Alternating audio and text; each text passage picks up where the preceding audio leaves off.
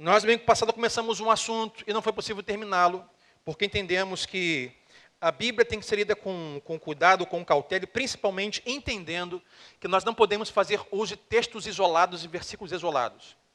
Há textos bíblicos que necessitam do acompanhamento de outros textos bíblicos. Então, nós estamos lendo Mateus 25. Então, para inteirar você sobre o assunto, eu, domingo passado, comecei a falar sobre a volta de Jesus e sobre o final dos tempos. Em um tempo de gafanhotos, em tempo de terremotos, em um tempo de pandemias, em um tempo de, já não sei mais dizer quantos, 100 mil e alguma coisa, ou muitas coisas, perdas só no Brasil pela Covid-19, tempo de luto, de tristeza, de rompimento, separação. O que acontece é que nós, segundo Mateus 24 que nós lemos, estamos sim vivendo coisas muito parecidas com aquilo que Jesus vai ensinar em Mateus 24. Fique no 25, mas deixa eu dizer algumas coisas aqui para você entender. Nós, no domingo passado, à luz de Mateus 24, onde Jesus vai dizer para os seus discípulos sobre o fim dos tempos, que esse fim dos tempos vai chegar, e Jesus vai dar alguns sinais, o que eu estou chamando de alguns sintomas. Covid-19, o médico vai dizer, olha, lembra do começo disso, no começo disso foi, diante de ausência e falta de ar, procure um médico. Diante de dores de cabeça, procure um médico. Então, cada enfermidade tem os seus sintomas. Os discípulos procuraram Jesus, e ao perceber que Jesus sempre anunciava o final dos tempos, no capítulo 24, que nós pegamos algumas noções domingo passado, Jesus diz para os seus discípulos, que eles perguntaram, Senhor, quando será? Como será? Depois leia 24 em casa. Jesus diz, quando chegar o tempo de fome, dois sintomas do final dos tempos serão fome, terremoto, nação contra nação. Será um tempo de maldade, será um tempo de esfriamento do amor. Será um tempo onde o Evangelho de Jesus será pregado em todo o mundo. Será um tempo de falsos profetas. E quando olhamos o tempo que estamos vivendo hoje, de alguns anos atrás, e para onde estamos caminhando, nós percebemos que temos muitos dos sintomas. Não estou dizendo que Jesus voltará amanhã, porque biblicamente ainda tem algumas coisas a acontecer para que ele volte. Então eu diria da Bíblia que ele não volta amanhã, mas está às portas. Faltam algumas coisas a acontecer, mas temos visto fome, terremotos, a maldade intensificada, o esfriamento do amor para com o próximo, tanto de cristãos como não cristãos. Nós temos visto nação contra nação. Nós temos visto muitos e muitos falsos profetas. E é uma pena, sabe? Eu lamento muito ver o que muitas vezes eu vejo, como no Fantástico e outros programas, onde você pode perceber que muitos e muitos líderes religiosos estão ocupando os tabloides, charlatões, que fazem uso da religião ou da fé alheia para cometer estupro, para cometer tantas coisas ruins. Falsos profetas. Estamos vendo tempo de esfriamento do amor, de maldade, e também um tempo com a tecnologia, onde o Evangelho está sendo anunciado em todo o mundo. Jesus disse, quando essas coisas acontecerem, o final estará próximo. E o tema que estamos abordando já há 2 domingos é o tema pronto ou não, aí vou eu. Da onde surgiu isso? Daquela brincadeira de criança que é o pique-se-esconde. Eu falei sobre isso domingo passado. Nós brincávamos pique-se-esconde, então a pessoa ia lá, para você que, quem sabe, tem aí seus 10, 12, 13 anos, nem sabe o que é isso, né? Eu sei que é Free Fire, pique-se-esconde, não sei o que é. Mas nós brincávamos assim, nós íamos para a rua, acredite, nós íamos para a rua brincar, é verdade, isso acontecia antigamente. E nós íamos a um muro ou uma árvore, botávamos a cabeça sobre o nosso braço e contávamos 1, 2, 3, 10, 20. E quando acabávamos de cantar, enquanto alguns corriam para se esconder, nós fazemos isso. Nós dizemos assim, pronto ou não, aí vou eu. Se escondeu ou não se escondeu, eu estou indo. Então essa ideia, esse tema, vem na certeza de que Jesus já nos disse inúmeras vezes sua palavra. Pronto ou não, eu estou voltando. Pronto ou não, eu vou voltar. preparado ou não, Mateus 24 vai dizer, eu virei sobre as nuvens do céu com poder e muita glória, todo olho verá, todo joelho se dobrará, eu virei, pronto ou não, eu estou indo. Aí Jesus vai começar a falar por parábolas aos seus discípulos coisas importantes em relação ao fim dos tempos e a sua volta. E domingo passado nós lemos Mateus 25, do 1 ao 13, que fala sobre a parábola das 10 virgens. Jesus conta a eles uma parábola, os ensinando o quanto eles precisam estar preparados para esse dia da sua volta. E vale aqui dizer, irmãos, abra um parênteses. Não se fala mais hoje, ou pelo menos não quanto deveria, sobre a volta de Jesus Cristo. Está comigo, sim ou não? Hoje nós temos muitas mensagens de muitas coisas. Hoje nós temos muitas mensagens positivistas, de autoajuda, mas pouco se fala sobre estar preparado para a volta de Jesus, coisa que nós perdemos dos nossos antepassados. E talvez por dizer assim, pastor, a minha bisavó dizia que ele estava voltando, e nada. A minha avó também dizia, e nada. Meu pai dizia, até agora, nada. E falamos um pouco sobre isso na parábola das 10 virgens, semana passada. Mas hoje nós veremos uma segunda parábola, no capítulo 25. E eu entendo, à luz de uma leitura bíblica saudável, que nós não podemos desvincular a parábola que nós leremos hoje, dos talentos, da parábola das virgens. Porque há uma continuidade. Jesus, em uma mesma conversa, conta duas parábolas. E geralmente, quando ele conta duas histórias, duas parábolas, é pelo menos para duas coisas. A primeira, para reafirmar, para intensificar algo que já disse. Para tornar aquilo com maior atenção ao seu ouvinte. Ou, o que eu acho que é nesse caso aqui, para dizer algumas coisas que na parábola anterior não foram bem ditas, não ficaram muito claras, ou para acrescentar ao que foi dito. Eu creio que assim o é Mateus 25, a parábola dos talentos. Então Jesus, à luz dessa pergunta dos discípulos, Senhor, quando será a sua volta? 24 ele vai dizer, haverá sinais como terremotos, fome, maldade, esfriamento do amor, nação contra nação, falso profeta, assim será o final dos tempos. Aí 25 do 1 ao 13, ele vai dizer, vocês precisam estar preparados. É a parábola das 10 virgens. 5 virgens prudentes que estavam preparadas, as 10 tinham candeias, mas só 5 tinham óleo. E falamos sobre o estar preparado, o óleo representa o Espírito Santo. Estar preparado é ter o Espírito Santo. Estar preparado é ser salvo em Jesus. Estar preparado é ser morada do Senhor como nova criatura. E também, segundo Paulo aos Efésios, estar preparado é você se renovar constantemente, se enchendo com o Espírito Santo, que Paulo diz. Não vos embriaguem com vinho que traz libertinagem, mas encham-se com o Espírito Santo. Uma igreja preparada é aquela que nasceu de novo, que é salva em Jesus, mas continuamente, constantemente busca estar cheio das manifestações, da presença do Espírito Santo. Aí Jesus não para aí. Ele diz, vocês precisam se preparar, mas ele abre agora a parábola dos talentos, para dizer o seguinte, se preparem, enquanto esse dia não chega, eu vou dizer a vocês o que vocês devem fazer. Como vocês devem se comportar até o dia da minha volta. É para isso que é a parábola dos talentos.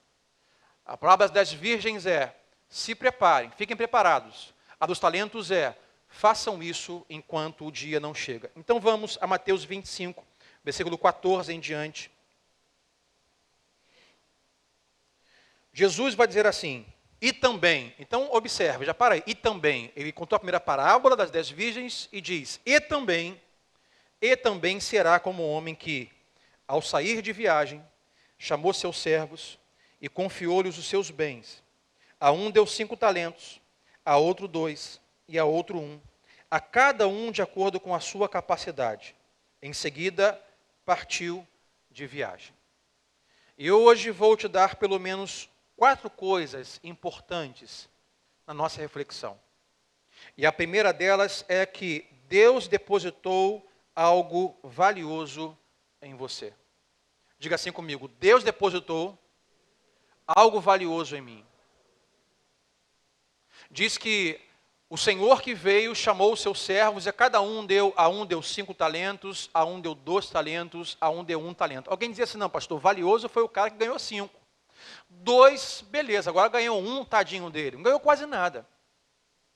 Estudiosos fazem mais ou menos um cálculo do que seria um talento nesta época, o que representava economicamente o que seria hoje. Então, pasmem. Estudiosos dizem que um talento hoje, comparado àquela época, teria aproximadamente o valor de 640 mil dólares. Ou seja, se você tem um talento, foi confiado a você algo no valor de 640 mil dólares. Mas como nós não somos americanos, então vamos converter a mais de R$5, que pelas minhas contas deu 3 milhões e 200 mil talentos, 200 mil reais, um talento. O cara que recebeu 2 talentos, ele recebeu 6 milhões e 400 mil reais. Então, observe que isso é para dizer, os estudiosos revelam que seria um valor monetário de cada talento. Claro que a parábola não é sobre dinheiro. A parábola não é o quanto de dinheiro Deus confiou a nós, mas para você entender o valor que tem aquilo que o Senhor entregou aos seus servos. Deus não deu algo de pouco valor ou algo de barato a esses servos, o Senhor ou servos. De igual maneira, o que Deus não nos dá algo de pouco valor ou barato. Quando nós falamos que Deus nos confiou tantas coisas, e vamos hoje falar sobre dons, talentos, oportunidades, aquilo que Deus coloca em nós, quando nos chama, quando nos salva, Deus deposita em nós coisas valiosas. Eu diria que é como se Deus colocasse dele mesmo em nós. É como se Deus tirasse coisas de si e entregasse a cada um de nós. Tudo que Deus nos dá ou nos confia tem muito valor. Por mais que pareça algo pequeno, algo insignificante, algo que não gerará grandes frutos ou grandes coisas, tudo que Deus confia a nós tem muito valor. Deus depositou algo de si próprio, entregou a você. E eu diria que a melhor coisa que Deus deu a cada um de nós foi a cruz de Cristo, a sua salvação, o seu sangue, a adoção de filhos e a possibilidade de volta para o lar de onde nós saímos. Mas além da salvação, Deus tem nos confiado muitas coisas. E aqui a parábola chama de parábola dos talentos. E eu anotei algumas coisas aqui. Talento representa, por exemplo, algumas coisas. Habilidade natural, habilidade espiritual. Por exemplo, habilidade natural, alguém que tem uma habilidade natural muito boa, desde fazer uma meia de crochê a tocar um concerto de piano. Habilidades espirituais, dons espirituais. Habilidade pode ser uma capacidade, por exemplo, tem pessoas que têm capacidade de resolver problemas financeiros, de apaziguar grandes crises. Tem capacidade de poder conversar com culturas e pessoas, instituições diferentes. Esse talento pode ser oportunidades. Deus nos dá oportunidades, sabe, para nos abençoar, para nós glorificarmos o seu nome, para nós sermos abençoados. Deus também nos dá talentos como recursos. Alguns, Deus derrama recursos, sejam financeiros, econômicos ou outro recurso, mas tudo que Deus vai te dar é para um propósito. Esse propósito é para o seu reino, é para o reino de Deus, não o seu reino, para o reino de Deus. Tudo que Deus nos dá, nos entrega, é para o seu reino. Deus não apenas nos salva. Se o propósito de Deus fosse apenas te salvar e me salvar, o que Ele faria é, nos salvaria e nos levaria embora para o céu resolvido. Quem é o próximo, segue a fila. Salvei, levei. Mas por que Deus nos salva e ainda nos deixa aqui? Porque Ele nos salva e Ele confia a nós talentos, habilidades naturais, espirituais, recursos, capacidades, oportunidades, para nós aqui usarmos para o seu reino. E quantas vezes nós ficamos presos, olhando talentos, dons, oportunidade dos outros? Quantas vezes nós ficamos, às vezes, olhando uma habilidade natural de alguém, Como eu falei, desde fazer uma meia de crochê, que é difícil pra caramba para quem não sabe, até você tocar um concerto de piano, ou ficamos olhando alguém que tem um dom, ou Deus qual concedeu, e ficamos, poxa, olha que oportunidade que Deus dá essa pessoa, por que não dá para mim? Ela não sabe usar, eu saberia usar melhor. Olha esse recurso que Deus colocou nas mãos dele e dela, por que não colocou em minhas mãos? Quando nós ficamos presos olhando e medindo, sabe o que acontece? Nós acabamos perdendo a responsabilidade do que Deus deu a nós. Quando nós ficamos olhando, medindo o que Deus deu ao outro, nós perdemos a responsabilidade do que está em nossas mãos. E observe que o texto é explícito e vai dizer que, então, o mestre procurou os seus servos e confiou-lhes os seus talentos. O que temos, capacidades, recursos, oportunidades, dons, não é nosso. É Deus quem nos confia. E se nos confia, é algo de muita responsabilidade. E quando nós estamos consumidos com o que os outros têm, nós não somos responsáveis por aquilo que nós já temos. Eu escrevi aqui uma frase que diz: feliz é o homem que trabalha com o seu talento. Feliz é o homem que trabalha com o que recebeu de Deus para fazer. E miserável é o homem que tem ciúme do talento do outro. Esse tem 5, esse tem 2, esse tem 1. Numericamente, eu não sei quantos eu tenho. Numericamente, eu não sei quantos Deus me deu. Numericamente, eu não sei por quantos eu sou responsável. Mas eu sei que de 1 a 5, a 2, a 10, o que Deus confiou em minhas mãos tem muito valor para o reino dele.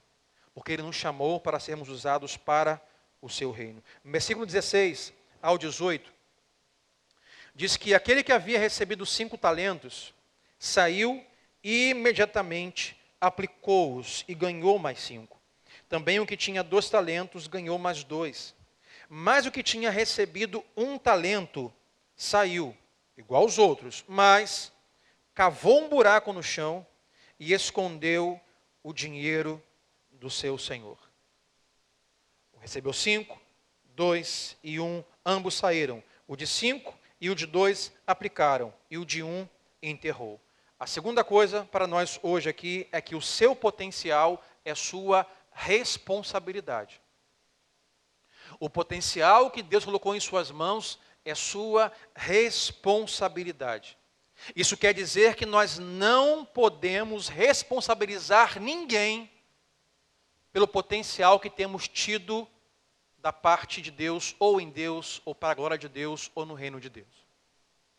É a nossa responsabilidade. Você não pode culpar o pastor, a igreja, a economia, o presidente, o governador, a pandemia, quem quer que seja, por aquilo que você tem feito ou não com o que Deus confiou em suas mãos. A responsabilidade é de cada um.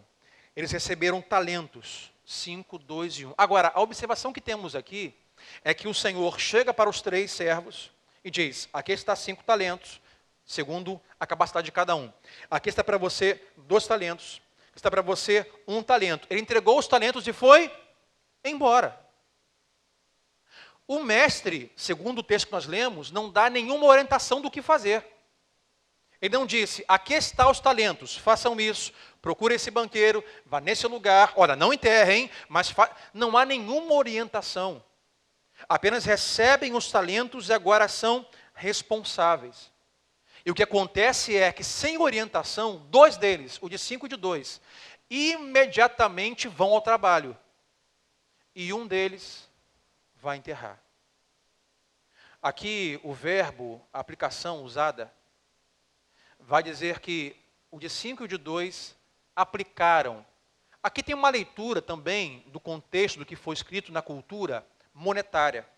Mas eu diria que a palavra aplicar não pode ser apenas vista ou usada para aplicar dinheiro na poupança. Aplicar é todo o conhecimento que você tem e é praticado. Do tipo, você quer emagrecer? Alguém te passa uma dieta, você tem conhecimento e vai falar assim: menino, você emagreceu. Menina, você emagreceu, está bonita. Olha, está mais magra. Aí você diria: é porque eu conheci uma dieta e apliquei essa dieta.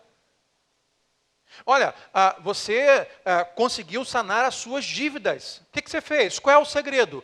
Eu recebi um conselho sobre como equilibrar as minhas dívidas, eu apliquei aquele conselho, eu apliquei aquele método e consegui vencer as minhas dívidas. Aplicar quer dizer colocar em prática, ir ao trabalho, sair da cabeça, sair do conhecimento e ir para a prática. É isso que esses dois homens fazem, o de 5 e o de 2, sem nenhuma orientação. Eles vão direto, imediatamente ao trabalho, enquanto um vai imediatamente enterrar aquilo que havia sido confiado.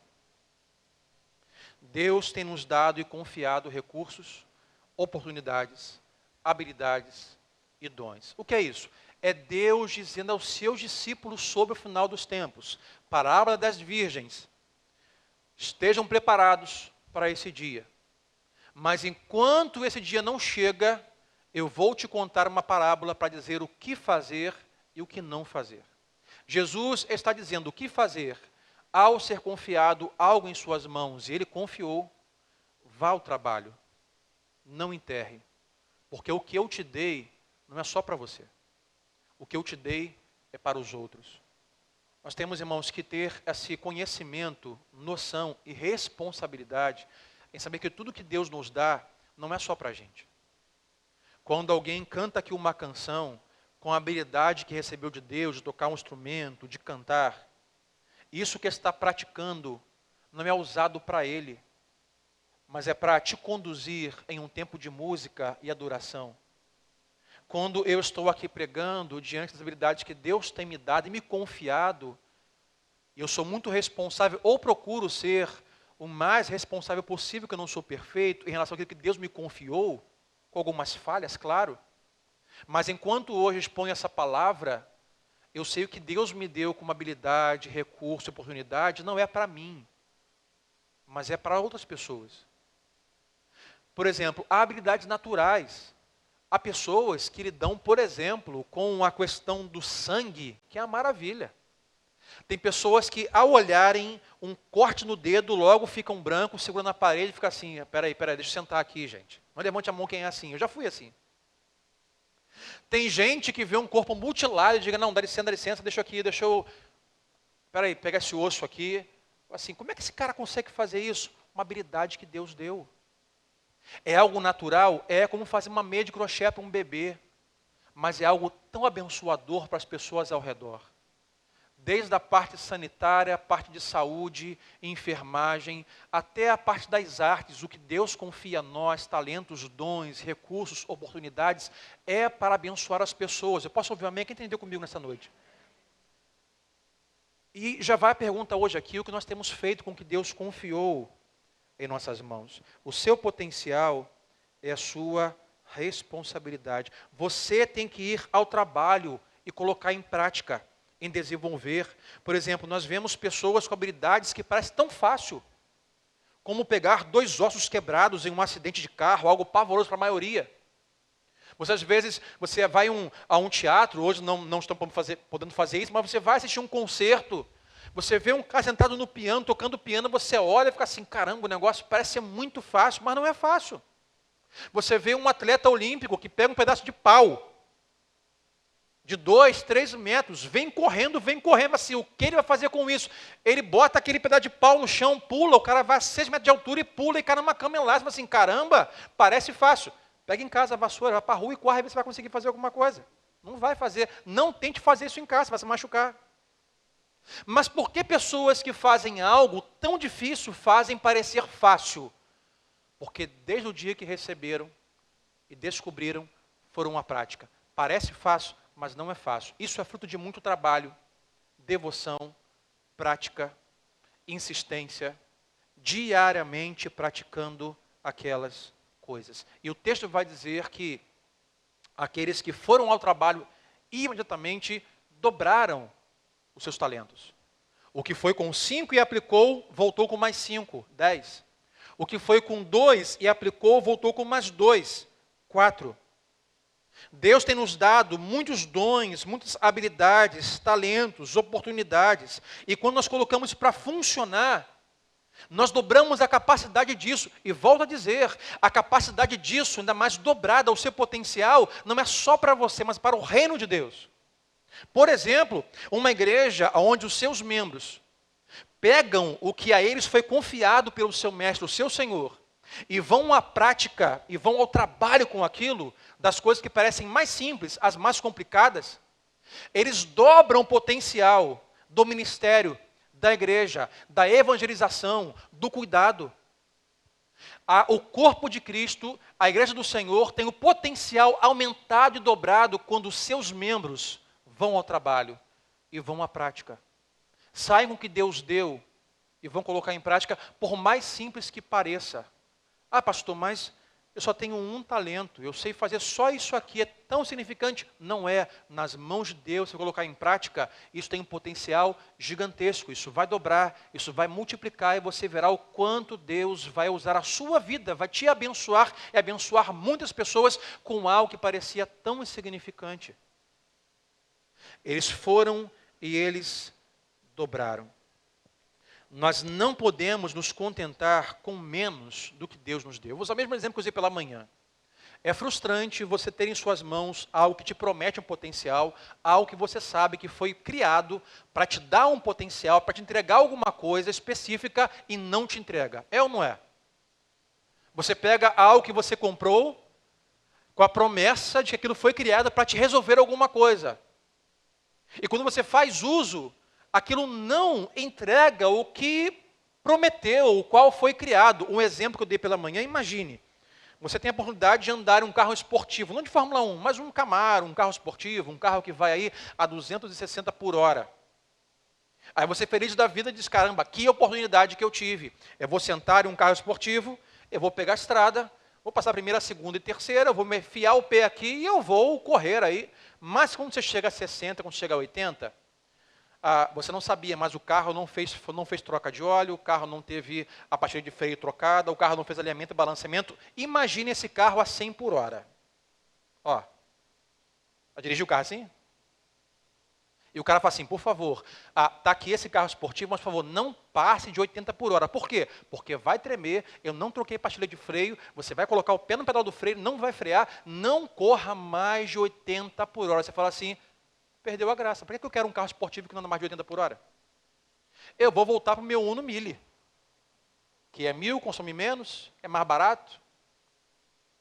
De igual maneira, eu fico imaginando o coração de Deus, quando nós não usufruímos, não somos o potencial que nós fomos criados para ser.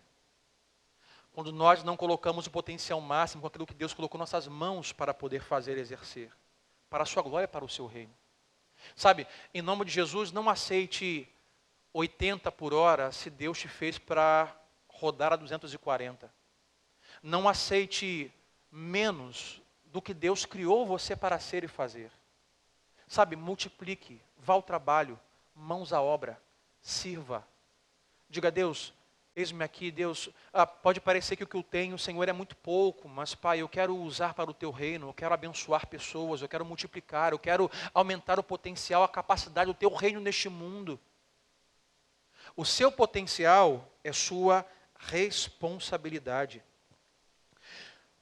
Hoje vivemos um tempo onde muitas pessoas têm dito o seguinte, o culto online está chato, hoje ir para a igreja é chato, hoje assistir culto é chato, dá sono na palavra.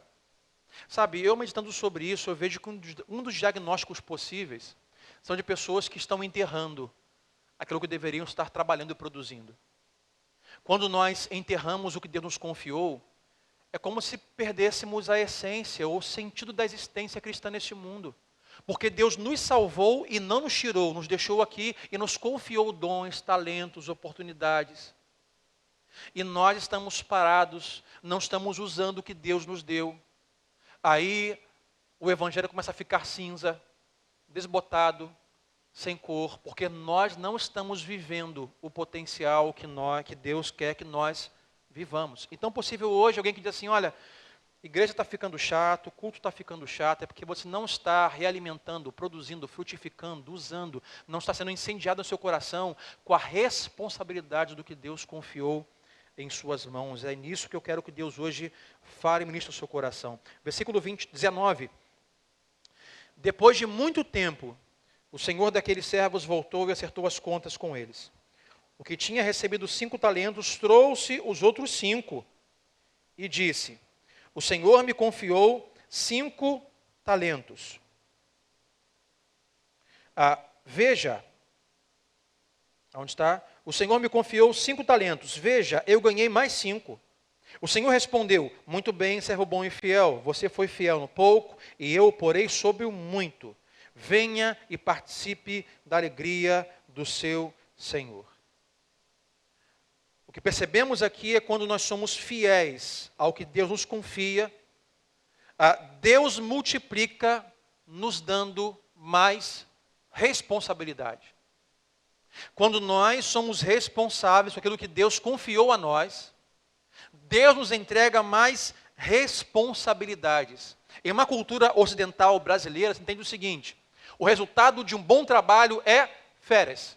O resultado de um bom trabalho é aposentadoria. Biblicamente, essa parábola é Deus dizendo: o resultado de um bom trabalho é mais trabalho.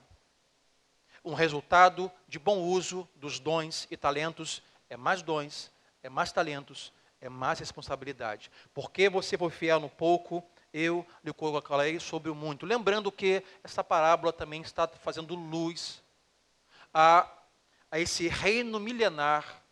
A volta de Jesus também é Jesus dizendo: como você foi fiel naquilo que eu confiei em suas mãos, muito mais você receberá na glória eterna. O que eu abro um parênteses aqui, e quero falar sobre os podcasts que tenho gravado nas minhas mídias sociais, nos meus canais.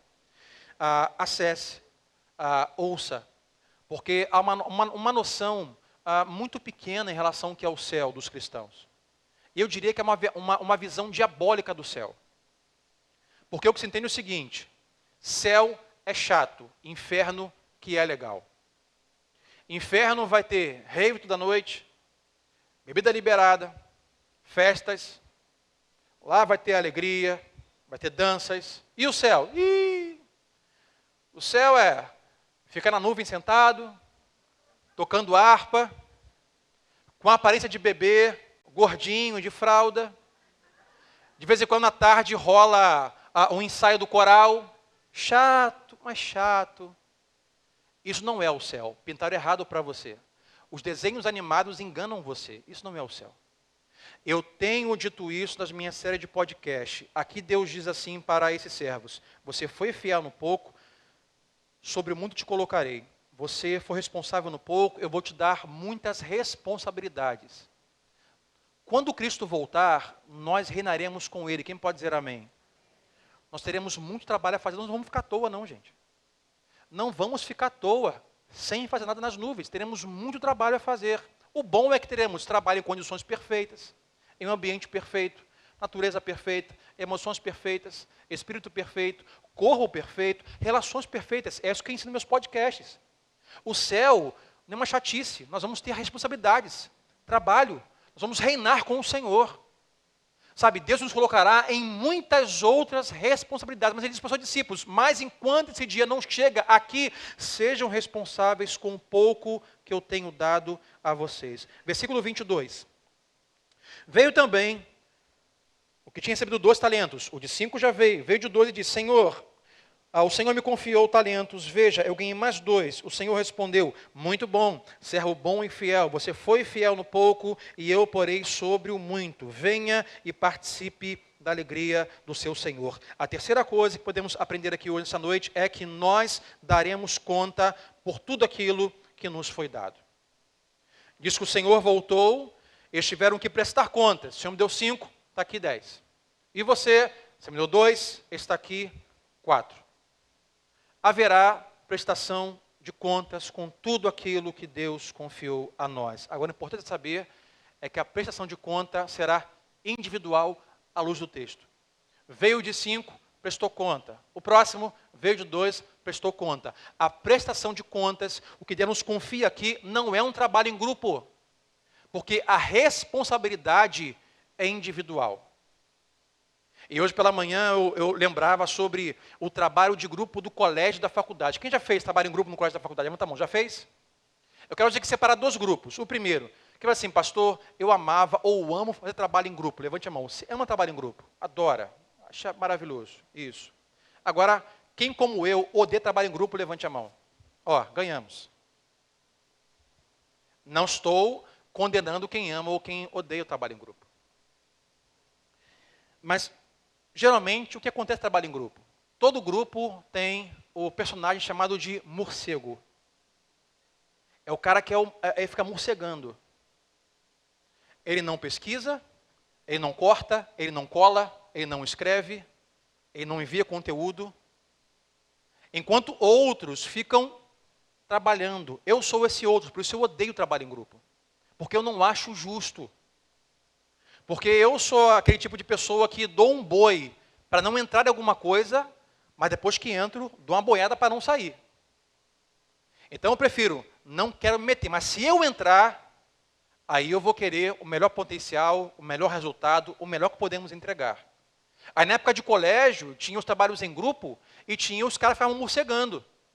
Você pesquisava sozinho, escrevia sozinho, desenhava sozinho, cortava sozinho, pintava sozinho, colava sozinho, e no final, na sala de aula, todos com mão no ombro, com o mesmo sorriso. Cara, nosso trabalho, eu falei, nosso? O nosso trabalho ficou demais. Nosso? Você não fez nada. E sabe qual era a nota? Se fosse 10, era 10 para todo mundo. Eu dizia, isso é injusto. Por isso, a prestação de contas diante de Deus não é em grupo. Ela é individual. Isso quer dizer, quando você estiver diante do Senhor, Deus vai te perguntar, o que você fez com o que eu te dei? O que Ele não vai perguntar é o que sua igreja fez. Silêncio agora. Deus não vai te perguntar sobre o que sua igreja fez. Ele vai te perguntar sobre o que você fez. A igreja, o coletivo, é importantíssimo. Precisamos estar aqui. Porque os dons e talentos que ganhamos era para abençoar os outros. Mas a prestação de conta é individual. Como disse anteriormente, não adianta culpar a igreja, o líder, o presidente, o país, a economia, o que é que seja. O que Deus te deu é responsabilidade sua. O que Deus me deu é responsabilidade minha.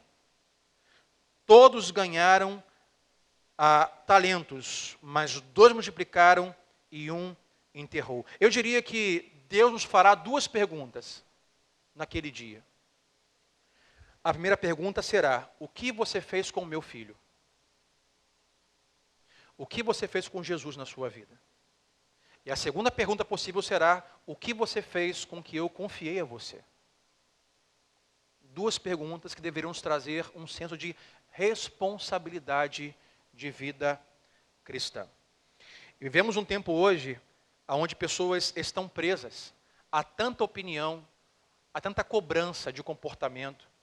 Sabe, é libertador saber que nós não precisamos ser escravizados por ter que suprir as expectativas de milhares de pessoas. Você não precisa suprir expectativas de milhões de pessoas que te seguem, que te conhecem.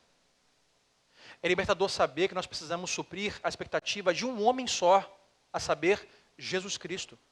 Pessoas estão cansadas na família, na igreja, no trabalho, porque querem suprir expectativa de todos ao seu redor.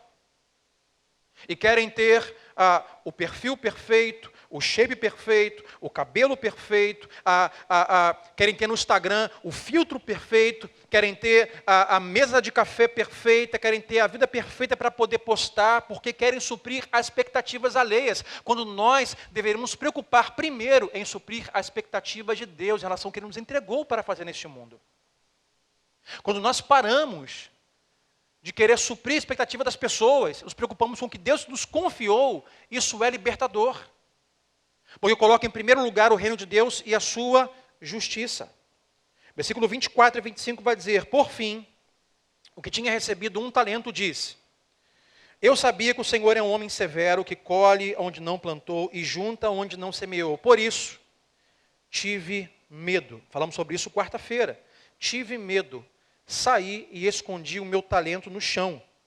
Veja, aqui está o que lhe pertence, ou seja, cheio de terra, todo úmido, está aqui o que o Senhor me confiou. A quarta coisa que nós diríamos nesta noite é que o medo fará com que você julgue mal o caráter do seu mestre. O medo fará com que você julgue mal o caráter do Senhor Deus que te chamou. Nós precisamos decidir se a nossa relação com o nosso Pai Celestial Eterno será uma relação com um Pai severo ou com um Pai gracioso. Claro que Deus é bom, é amor, mas também é santo e é justiça. Sobre aqueles que não estão no seu Filho, sobre eles, nesse último dia, virá justiça, virá a sua ira. Mas sobre aqueles que estão em Cristo, nova criatura foram feitas, temos essa graça da salvação, o amor de Deus. E pessoas que se relacionam com Deus por medo, sabe o que elas fazem? Elas escondem o que Deus confiou. Com medo de errar, com medo de não suprir as expectativas dos outros, com medo de sofrer punição por fazer mau uso de alguma coisa. Se você tem a imagem certa de Deus, você vai responder certo. Se você tem a imagem errada de Deus, você vai responder errado, se Ele é severo ou se é gracioso. Esse medo também fará com que você enterre o seu talento. Esse medo fará com que você enterre o seu talento. Quando nós temos muito medo de alguém que nos confiou algo, nós não queremos nem usar. Eu vou usar o exemplo pela manhã. Se os meus filhos, ao ganharem algo de mim, tiverem medo de colocar em prática o que eu os dei, eles não vão usar. Se eu dou para o meu filho, vejo dele um braço lá puro, como o meu hoje aqui, estou sem relógio. Eu digo assim, meu filho precisa de um relógio para ver as horas na rua. Eu dou um relógio bonito para ele. Dou um relógio. Mas se ele me tem como um pai severo, o que ele fará? Eu não vou nem usar esse relógio. Porque, conheço meu pai. É aquilo que o texto está dizendo. Amanhã, vai chegar do trabalho, vai perguntar assim, cadê o relógio que eu te dei? E eu vou dizer, está aqui, pai, olha o cheiro de novo. Nem usei ainda, porque eu sei que o Senhor ficaria muito zangado se eu perdesse. Por isso que eu digo, os meus filhos não me têm como um homem severo. Porque eles perdem, eles molham, eles esquecem, e toda hora eles perdem alguma coisa que eu dei. Mas a relação que você tem com Deus diz como você vai usar os talentos que Deus te confiou. Não pegue o que Deus lhe deu e guarde como quem quer se aposentar. Mas pegue o que Deus lhe deu e use como se a sua vida dependesse disso. Não tenha medo de usar. Não esconda o que Deus lhe deu. Porque além do medo fazer com que você julgue Deus errado, enterre seu talento, o medo também fará com que você evite correr riscos. Esse homem, por ter o Senhor como severo, ele não quer correr riscos. Ele não quer errar. Ele não quer perder. Não quer danificar. Ele prefere se abaixar e enterrar para que quando o Senhor voltasse, ele entregasse. O que acontece é que ele é punido. Ele não é punido porque usou errado o talento. Ele é punido porque ele não fez nada com o talento. Ele não é punido por algo que fez. Ele é punido por algo que ele não fez, por não ter feito nada. Eu fico imaginando quando li esse texto aqui, por mais que você use uma pá em um terreno, como aqueles filmes de suspense, que alguém mata alguém e naquela madrugada, aquele terreno, aquele quintal da casa, ou aquela névoa, e cava-se então um buraco, e enterra-se o corpo. Mas fico imaginando, como nessa história, esse homem, em uma madrugada, em uma névoa no terreno de casa, ele é agachado, sabe, com uma pá, colocando ali as coisas, ele está enterrando aquilo ali. E quando Jesus volta, quando o mestre vem, ele tem que de novo ir para aquele buraco e cavar, e onde que eu botei, e pegar de novo. Sabe o que é isso? Enquanto nós, com medo, nos agachamos para esconder as coisas, agachado não tem mobilidade. Agachado causa cansaço, dor nas juntas. Enquanto nós ficamos enterrando as coisas e com medo das coisas, não fazemos nada, nós não avançamos. Nós não somos usados com o potencial que Deus nos deu. Tem pessoas que na igreja hoje estão nessa posição que eu estou aqui. que eu ficarei aqui no máximo mais uns 20 segundos. Eu estou tremendo com o meu joelho, porque é incômodo. Eles estão nessa posição, diante do reino, da igreja, do mundo e dos irmãos. O trabalho que tem é de enterrar e desenterrar. Hoje, Deus falou no meu coração, vou desenterrar. Mas amanhã, não, eu tenho medo, eu vou enterrar. E não multiplicam e não frutificam. Esse homem é punido não por ter feito algo errado com talento, com recurso, mas por não ter feito nada. Irmãos, o problema é não fazer nada. O problema é ter do Senhor confiado em nossas mãos coisas valiosas. Volto a dizer, não importa o que seja. Se você é o cara do abraço, assim, pastor, eu estou ferrado, não posso mais abraçar ninguém. Mas se você é a pessoa que da ligação, do abraço, que toca um instrumento, que cuida de uma criança, que recebe alguém, ou Deus te deu recursos, oportunidades, capacidades naturais, por mais simples que seja, tem muito valor diante do Senhor para potencializar o reino do Senhor Jesus e multiplicando, nós multiplicamos a capacidade do Evangelho no mundo. Não sejamos nós ajoelhados, sentados, agachados, com medo. Nós temos que ser frutíferos. Jesus, no capítulo 25, por isso que eu disse, não podemos desvencilhar, não podemos fazer uma ruptura, desconectar a parábola das 10 virgens e dos talentos. É uma leitura só. Jesus vai dizer, sobre o final dos tempos, em primeiro lugar, encham a sua candeia com óleo. Estejam preparados, sejam salvos, recebam o Espírito Santo. Paulo vai dizer a Efésios, encham-se continuamente disso. E enquanto esse dia não chega, frutifiquem. Parábola dos talentos. Usem o que eu estou confiando a vocês. A parábola é para dizer, não enterrem.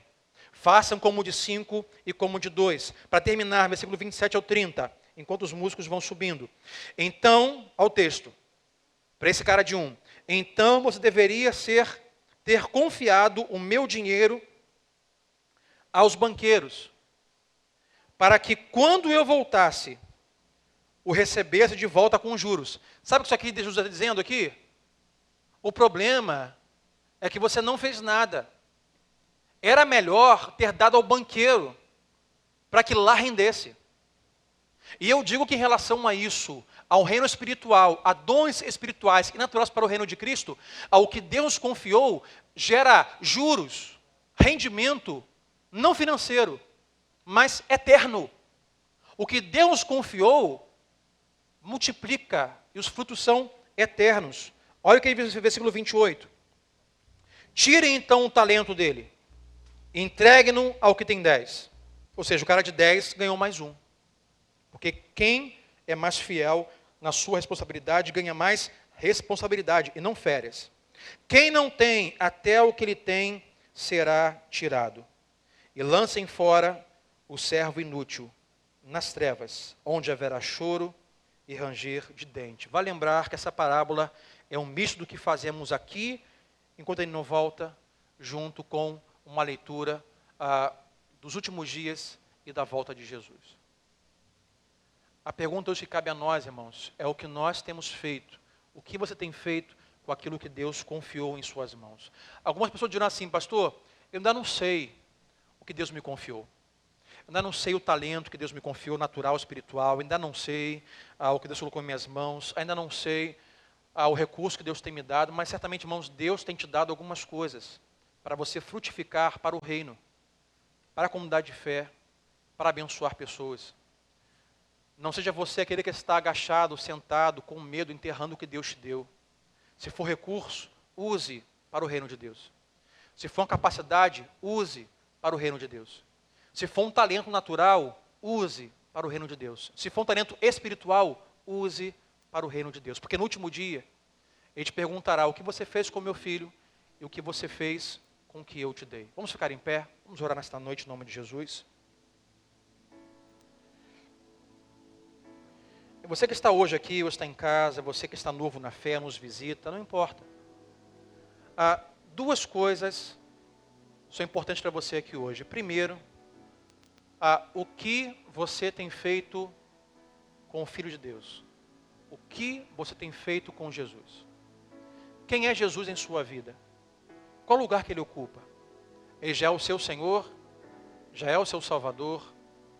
E a segunda coisa é, o que você tem feito com o que Deus tem colocado em suas mãos? Pare de fugir. Pare de ficar escondendo, se agachando. Pare de se contentar com menos do que o Deus dos céus confiou em suas mãos e te criou para ser e te chamou para a salvação. Não se contente com o potencial aquém do que Deus confiou em suas mãos. Sabe, eu tenho certeza, não tem dúvida no meu coração, tenho certeza que já tem algo em você que Deus já colocou para ser potencializado e aumentar a capacidade do Evangelho de Jesus no mundo. O que é? Então hoje no seu lugar, curve a sua face. E se for preciso hoje, se arrependa. Se preciso for, chore, diga: Deus me perdoa, porque Deus, eu sei o que o Senhor já confiou em minhas mãos, mas Deus, eu não estou multiplicando isso para o teu reino, para a tua glória. Se for medo que ocupa o seu coração, diga hoje: Deus, eu tenho tido medo de errar, medo, ó Pai, do passado, medo, ó Deus, de ser mal interpretado, medo de não ter sucesso nisso, mas hoje, em nome de Jesus, sabe que Deus está te capacitando hoje, vai te ajudar a você não mais ter medo, mas colocar em prática, levantar do chão, desenterrar isso do seu quintal, do seu coração, da sua mente, e colocar em prática para a glória e para o reino de Jesus Cristo. Hoje saiba que você será responsabilizado pelo que você fez com o que Ele te deu. Ele colocou um pouco de si mesmo dentro de você para abençoar as nações, a igreja, pessoas, a sua família. Alguém hoje, amanhã, essa semana precisará ouvir o Evangelho de Jesus, que pode ser pregado, anunciado de muitas maneiras, conforme Deus tem confiado em suas mãos. Então hoje quero orar com você. Pai, nesta noite, ó Deus, eu peço o Senhor que sonda esse quadrinho no coração. O Senhor de seus discípulos, que o Senhor está voltando, Pai, sobre as nuvens do céu. O Senhor nos ensina nessa noite, ó Deus, que nós precisamos estar preparados. Precisamos estar buscando o Senhor, o Teu Espírito, Pai, sermos salvos em Jesus para o último dia. Deus, porque o Senhor virá sobre as nuvens do céu e temos que estar prontos. Mas o Senhor também os ensinou, também os disse, que não só estejam prontos, mas saibam o que fazer enquanto o dia não chega. Ele diz: frutifiquem, multipliquem, sirvam, amem, trabalhem. Peguem o que eu confiei a vocês e coloquem em prática. Vai ao trabalho, desenvolva, multiplique, tornem o propósito, o potencial, a capacidade do meu evangelho neste mundo maior pelo que eu coloquei em suas mãos. Deus, hoje neste lugar, ó Pai, eu não sei, ó Deus, o que o Senhor tem para nós. Eu não sei se esta igreja é uma igreja para 5, para 2 ou para 1. Eu não sei se o meu irmão hoje aqui, ó Deus, ele tem 5, tem 2 ou tem 1. Mas Deus, o que sabemos é que o Senhor já tem nos dado. Então Deus, usa o que o Senhor já nos deu para a Tua glória. E levanta hoje aqui, ó Pai, visitantes, membros, ó Deus, homens, jovens, mulheres, que se levantem, ó Deus, não mais fiquem agachados, mas digam: Deus, eu quero a partir de hoje ser responsável com tudo aquilo que o Senhor confiou em minhas mãos. Deus, vou pegar o talento que o Senhor me deu, vou pegar o recurso que o Senhor me deu, vou pegar a oportunidade que o Senhor me tem dado no trabalho, na faculdade, Deus, e vou usar para a Tua glória. Deus, hoje aqui levanta servos, Senhor, servas, prontos, Deus, a serem responsáveis com todo o talento que o Senhor nos confiou. Deus, para que a capacidade do Teu Evangelho aumente neste mundo, para que mais e mais pessoas ouçam do Teu Evangelho e conheçam, Pai, o Teu amor e a Tua salvação. Então, Deus, hoje, se alguém aqui, ó Pai, que ainda não foi feito salvo em Jesus, um filho Teu, Deus, que hoje o Senhor, com o Teu Espírito, traga fé esse coração para crer na salvação que apenas há em Jesus Cristo. Deus, que Ele hoje faça de Jesus o Senhor da sua vida. Que Ele faça hoje de Jesus, ó Pai, o seu Salvador, o seu Senhor. Que Ele morra para a velha natureza e faça, Deus, do Senhor o seu Deus, e nasça de novo e use os talentos que o Senhor está confiando a Ele para a Tua glória, Pai. Hoje, Deus, levanta a Tua igreja, levanta o Teu povo. Deus, desperta o que dorme, levanta o que está ajoelhado, agachado, ó Deus. Desenterra hoje dons e talentos para que a Tua igreja e o Teu reino avance, ó Pai. Nós não queremos mais nos contentar com aquilo que está aquém, o propósito e potencial que nós fomos criados, ó Pai. Então hoje usa poderosamente os meus irmãos, multiplica, para que eles coloquem em prática e trabalhem, porque o Senhor virá sobre as nuvens do céu com poder e glória, Pai. Até que esse dia chegue, nós queremos frutificar, nós queremos multiplicar, nós queremos abençoar vidas. E assim curamos, ó Pai, no nome de Jesus Cristo, e o povo de Deus diga amém e amém.